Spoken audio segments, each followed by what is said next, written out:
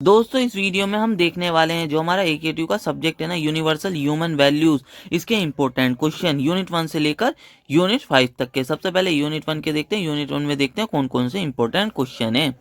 Unit 1 में जो first question है वो क्या है, वो है value education and importance of value education and need of value education and guidelines for value education, content process for value education. इसको पढ़ लेना, मोस्ट इंपॉर्टेंट क्वेश्चन रहेगा, किसी हालत में मत छोड़ना। एक क्वेश्चन ये है मोस्ट इंपॉर्टेंट, जिसको पास होना है ये वाला क्वेश्चन जरूर पढ़ लेना। और एक आ जाता है second question, self exploration and contents of self exploration and process of self exploration with diagram with example। ये मोस्ट इंपॉर्टेंट क्वेश्चन रहेगा, इसको भी मत छोड़ना। ये दो क्वेश्चन तो किसी हालत में नहीं छोड़ने इस यूनिट से, ठीक है ना। थर्ड क्वेश्चन क्या है, critically analyse the statement our senses can not be the source of continuous happiness and purpose the programme for continuity of happiness as discussed in course. ठीक है ना, ये भी इंपॉर्टेंट रहेगा पर इतना इंपॉर्टेंट नहीं कहूंगा, ठीक है ना। पर वो जो फर्स्ट और सेकंड क्वेश्चन है वो किसी हालत में मत छोड़ना, किसी भी हालत में। फोर्थ वाला क्या हमारा, define happiness, unhappiness and prosperity. इन दोनों को मिला के ना कभी कभार एक क्वेश्चन पूछ लिया जाता है, तो देख लेना। बस ये 4 क्वेश्चन तो छोड़ने ही नहीं है, ठीक है। ये 4 क्वेश्चन नहीं छोड़ने बिल्कुल भी। और एक फिफ्थ वाला, ये 5 जो क्वेश्चन है ना इस यूनिट के सबसे ज्यादा इंपॉर्टेंट क्वेश्चन है। 1 से लेकर 5 तक बहुत ज्यादा इंपॉर्टेंट क्वेश्चन है। Understanding and living in harmony at various levels और 4 लेवल्स ऑफ आर लिविंग। तो ये वाला जो क्वेश्चन है ना, इस तरीके से भी आ सकता है, ठीक है ना। Understanding and living in harmony at various levels और 4 लेवल्स ऑफ आर लिविंग। इसके अंदर हार्मनी इन इंडिविजुअल होता है, हार्मनी इन फैमिली होता है, हार्मनी इन नेचर होता है, बहुत तरीके के होते हैं, 4 टाइप्स के होते हैं। तो इनको देख लेना। इन्हीं से ना आगे की जो यूनिट है, यूनिट 5 हो गई, यूनिट 3 हो गई, यूनिट 4 हो गई, यहाँ तक की यूनिट 2 भी हो गई, इस वाले क्वेश्चन से, एक फिफ्थ वाले क्वेश्चन से सब यूनिट के क्वेश्चन सॉल्व हो जाएंगे। तो इस वाले को मोस्ट इंपॉर्टेंट मानना। बस यही क्वेश्चन था, अगर जिसको पास होना है ना तो शुरू के ना बस ये 5 क्वेश्चन पढ़ लेना, ठीक है ना। और 6 वाला इतना इंपॉर्टेंट नहीं है, कभी कभार पूछ लिया जाता है तो देख लेना, ठीक है। Basic aspiration of human being and basic requirement for fulfilment of human aspiration, कभी कभार पूछा जाता है, ठीक है ना। अगर टाइम मिले तो देख लेना, 80% चांसेस रहेंगे, ठीक है। बस वो शुरू के ना 5th तक जो क्वेश्चन है वो बिल्कुल भी मत छोड़ना। 6 और 7 कभी कभार पूछे जाने वाले हैं, मैं इसलिए बता देता हूँ ये वाले क्वेश्चन भी, अगर किसी को ना पूरे मार्क्स चाहिए, क्योंकि कभी कभार ना इनमें से एक आध क्वेश्चन आ जाता है, तो उनके लिए मैं बता देता हूँ ये सब जो क्वेश्चन रहते हैं, ठीक है ना। Explain the difference between animal consciousness and human consciousness with the help of diagram. Explore the role of human education in transforming human beings from animal to human consciousness. ठीक है ना, कभी कभार पूछा जाता, वही कह रहा हूँ मैं। ये बस 1 से लेकर 5 तक बहुत ज्यादा इंपॉर्टेंट है। 2 मार्क्स के लिए कुछ देख लेना, जैसे कि list there is the 4 dimension of human beings, differentiate between happiness and excitement, difference between prosperity and wealth, example human values and factor of human values. ठीक है, देख लेना। बस यही थे जो कि 2 मार्क्स में देखने को मिल सकते हैं। फिर आ जाते हैं यूनिट 2 पर। यूनिट 2 में जो फर्स्ट क्वेश्चन है वो क्या, M C door and enjoyer. Most important मानना, किसी हालत में नहीं छोड़ना है फर्स्ट वाला क्वेश्चन तो, ठीक है। फिर अगला क्या, sensation and imagination and pre conditioning influence और इमेजिनेशन। इसको भी देख लेना, इंपॉर्टेंट रहेगा, 100% चांसेस मान के चलना। थर्ड क्या, सुख एंड सुविधा and why do human being require both सुख एंड सुविधा। ठीक है ना, इंपॉर्टेंट रहेगा। इन वाले क्वेश्चनों से क्वेश्चन बन जाते हैं। ये वाला क्वेश्चन पढ़ लेंगे तो आप सारे क्वेश्चन बना के लिख सकते हैं, कोई उल्टा सीधा क्वेश्चन भी आए, ठीक है। List the 3 sources of imagination in the self and the illustrate the same with the help of a diagram. ठीक है, ये जो जितने भी क्वेश्चन है ना अभी तक तो इंपॉर्टेंट ही आए हैं। फिर अगला क्या, human being is the coexistence of self and body और relationship between self and body. ठीक है, ये सब मिलते जुलते क्वेश्चन है, ठीक है। एक एक क्वेश्चन पढ़ लोगे ना, ये सारे क्वेश्चन बना के लिख सकते हो खुद ही, ठीक है ना।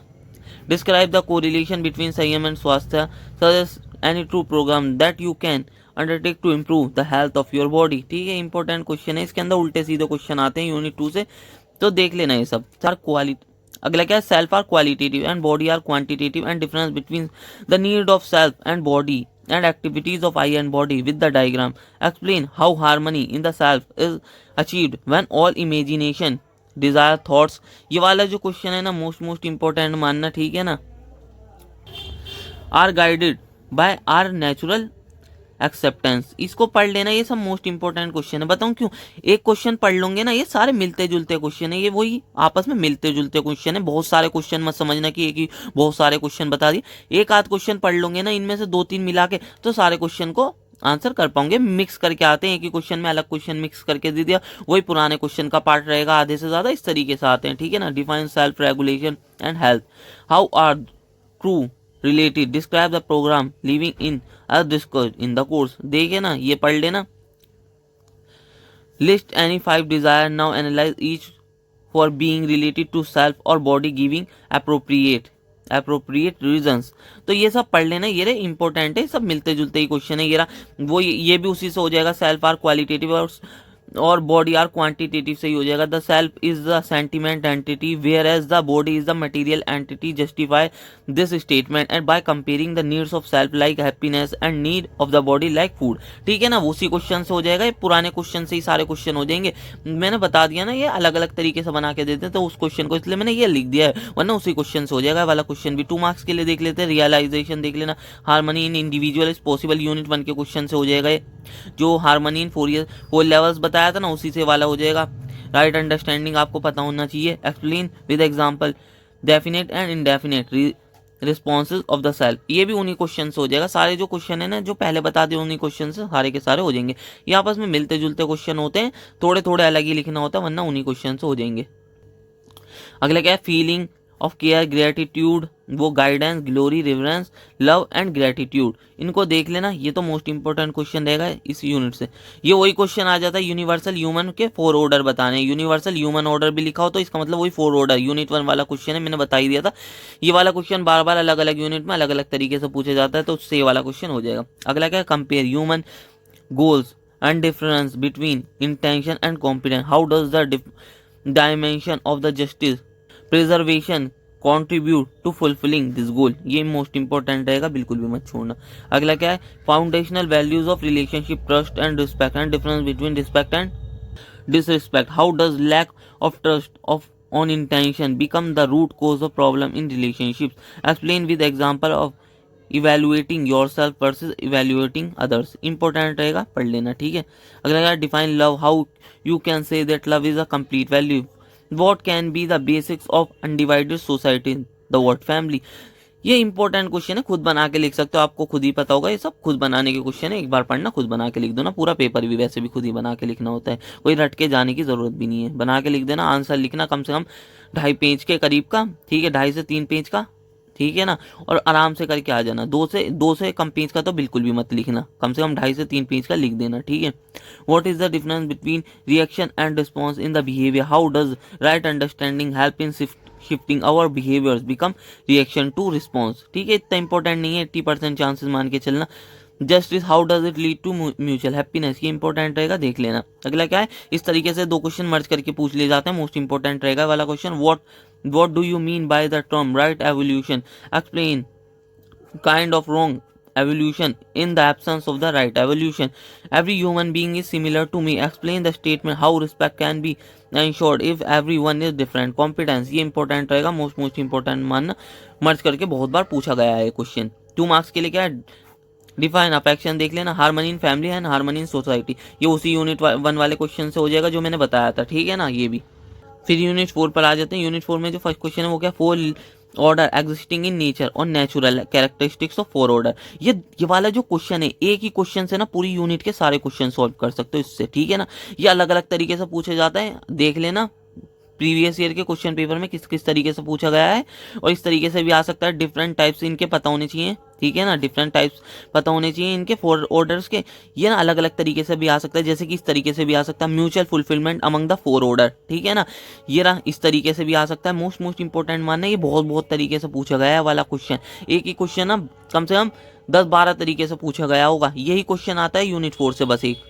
अगला क्या है, coexistence and difference between passive and active coexistence, what is the role of human being in the this existence, explain how this role is fulfilled by understanding coexistence and living it in it। ये भी 100% important रहेगा, पढ़ लेना। Explain unit space and coexistence and difference between unit and space, ये भी important रहेगा, देख लेना। रिसाइक्लेबिलिटी पर देख लेना, कभी कभार पूछा जाता है, 80% चांसेस बताऊंगा, 100% तो नहीं कहूँगा। Recyclability in nature and self regulation in nature, explain how process in the nature are inherently cyclic and mutually enriching, why do human production system often violate this principle leading to pollution and response depletion. ठीक है, इसको देख लेना, 80% chance रहेंगे। 2 marks के लिए कुछ है। हार्मनी उसी क्वेश्चन हो जाएगा यूनिट 1 वाले से। हार्मनी नेचर ये भी यूनिट 1 वाले क्वेश्चन हो जाएगा। ये भी इनेटनेस पढ़ लेना 2 मार्क्स के लिए। ये भी इस तरीके से भी वही 4 ऑर्डर वाला क्वेश्चन आ सकता है। यूनिट 4 का जो 4 ऑर्डर वाला क्वेश्चन है ना, वो वाला एक यूनिट 1 में भी है, वो वाले 4 ऑर्डर अलग है, ये वाले 4 ऑर्डर अलग है, नेचर के 4 ऑर्डर हैं। ठीक है, other than human order the 3 order are mutually fulfilling to each other, explain with example. ठीक है, इस तरीके से क्वेश्चन पूछे जाते हैं। ये भी उसी क्वेश्चन से हो जाएगा, सारे उसी से रिलेटेड क्वेश्चन होते हैं। तो एक ही क्वेश्चन पढ़ना है इस यूनिट में, सब में ज्यादा। तो यूनिट 5 पर आ जाते हैं। यूनिट 5 में हर बार उल्टे सीधे ही क्वेश्चन पूछे जाते हैं, अलग अलग तरीके के, देख लेना। सब में ज्यादा इनसे ना ये वाला क्वेश्चन जरूर पूछा जाता है। ठीक है ना, ethical human conduct explain in terms of values policies and character, ये वाला क्वेश्चन तो मान के चलो आना ही है। फिर अगले उल्टे सीधे ही क्वेश्चन पूछे जाते हैं इस यूनिट से, देख लेना। Explain the relationship between right understanding and universal human order. Universal human order वही 4 ऑर्डर होगा यूनिट 1 वाले। ठीक है ना, और राइट अंडरस्टैंडिंग आप पहले ही पढ़ चुके होंगे क्योंकि मैंने बता दिया था। ये पूरा क्वेश्चन भी उन्हीं से हो जाएगा। Why do values that compare from understanding last longer than those imposed by force? ठीक है, इंपॉर्टेंट रहेगा, पढ़ लेना, उन्हीं से हो जाएंगे। मैंने पहले ही बता दिया, सारे क्वेश्चन मिलते जुलते होते हैं इसके अंदर। Professional ethics and competence in professional ethics, explore the issues in professional ethics in the current scenario, list any 5 unethical practices in the profession today and the method being tried to curb them, comment on the long term effectiveness of this method। Important रहेगा।